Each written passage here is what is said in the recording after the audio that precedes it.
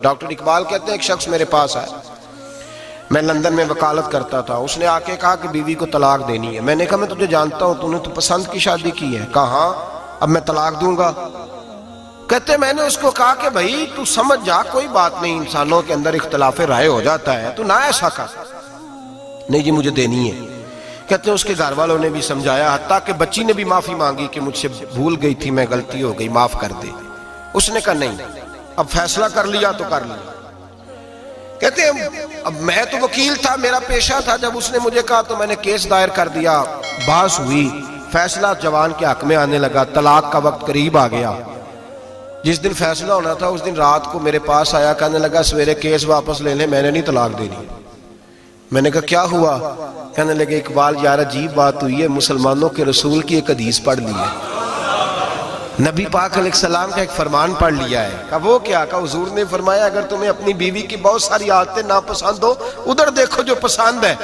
تو وہ کہنے لگا یہ حدیث پڑھ کے میں نے غور کیا ہے، یورپ کے اس گندے معاشرے میں رہتی ہوئی میری بیوی اس برے معاشرے میں رہتی ہوئی بد خلق ہے، بد اخلاق ہے، کام کاج نہیں کرتی، ساری چیزیں ہیں، لیکن جہاں اجازت ہے 18 سال کے بعد عورت اپنی مرضی سے جس کو مرضی لڑکے کو دوست بنا سکتی ہے، لیکن اس کا سوائے میرے کسی اور کے ساتھ کوئی تعلق نہیں۔ تو اس گندے معاشرے میں یہ اس کی عادت کتنی پاکیزہ ہے کہ سوائے میرے کسی اور طرف نہیں دیکھتی۔ حضور کی اس حدیث نے مجھے اس کی اس اچھی عادت پر مائل کر دیا ہے۔ اقبال کہنے لگے اچھا اب میرے نبی نے تجھے مائل کیا ہے تو میں نہیں سویرے تیرا کیس واپس لوں گا۔ تم کیوں نہیں لے گا؟ کہنے لگے پہلے کلمہ پڑھ میرے رسول کا، مسلمان ہو جا، پہلے کلمہ پڑھ نبی پاک کا جنہوں نے تیرا گھر ٹوٹنے سے بچایا ہے۔ تو میرے بھائی مرد حوصلہ کرے، دلیری کرے۔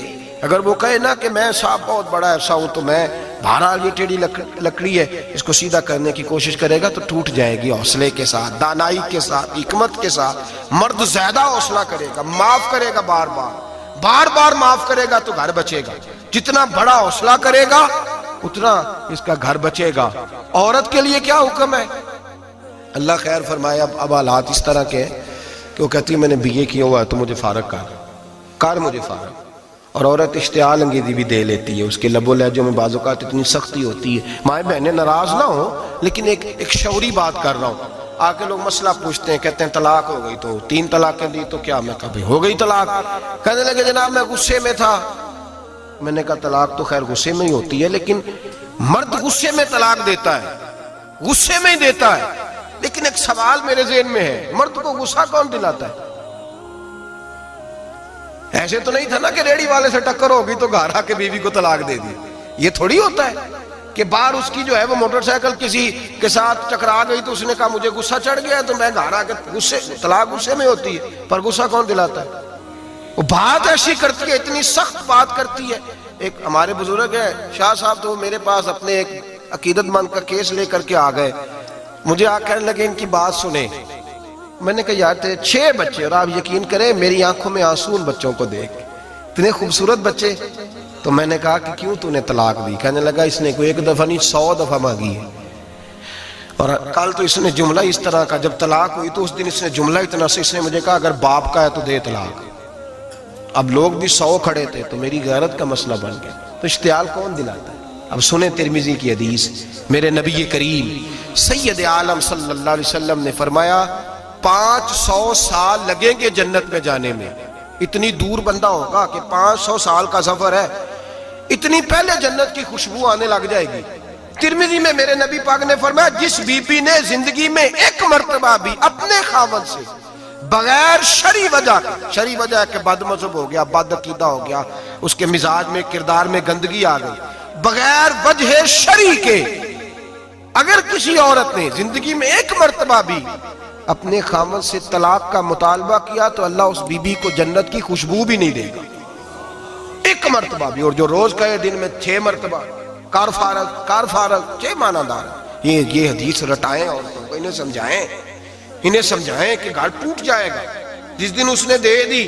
اور یاد رکھیں شیر آ گیا، کسی نہ کسی دن شیر آ بھی جاتا ہے، تو یہ نہ سمجھے کہ روز حوصلہ کرتا ہے تو خدا جانے کیا بنے گا، کسی نہ کسی دن شیر بس الشیطان جاسم علی قلب ابن آدم، شیطان چمٹ گھر ٹوٹتا ہے اس لیے کہ نہ مرد حوصلہ کرتا ہے نہ عورت حوصلہ کرتی، تھوڑا سا حوصلہ پیدا کرے۔ اور ہاں، بیوی اگر کبھی کسی ایسی بات پر بات کرے یا اس کا مزاج ایسا ہو، تلخ ہو، صبر کرے، حوصلہ کرے۔